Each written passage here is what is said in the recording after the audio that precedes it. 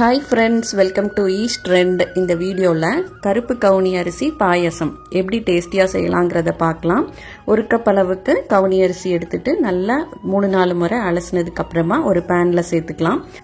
அடுப்பு லோ ஃப்ளேம்ல வச்சிட்டு இத நல்லா வறுத்துக்கலாம். ஈரம் எல்லாம் காஞ்சி நல்லா படபடன்னு பொரியும். அந்த அளவுக்கு நம்ம இத வறுத்து எடுத்துக்கலாம்.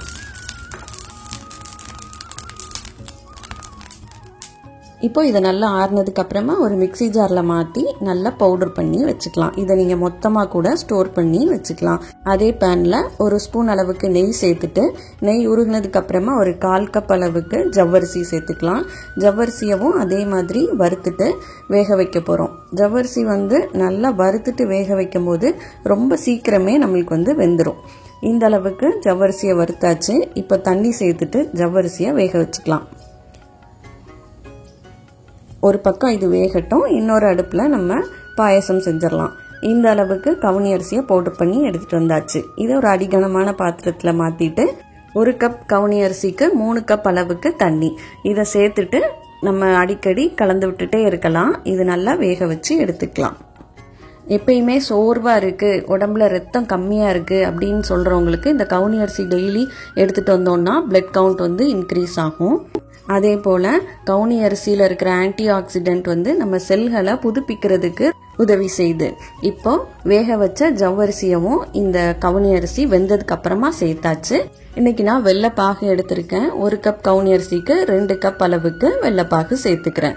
உங்கள்ட்ட நாட்டு சர்க்கரை இருக்கு அப்படின்னா அதையே கூட சேர்த்துக்கலாம். இப்போ இதை நல்லா கலந்து விட்டதுக்கு அப்புறமா 1 கப் அளவுக்கு தேங்காய் பால் எடுத்து அதையும் நல்லா சேர்த்துக்கலாம்.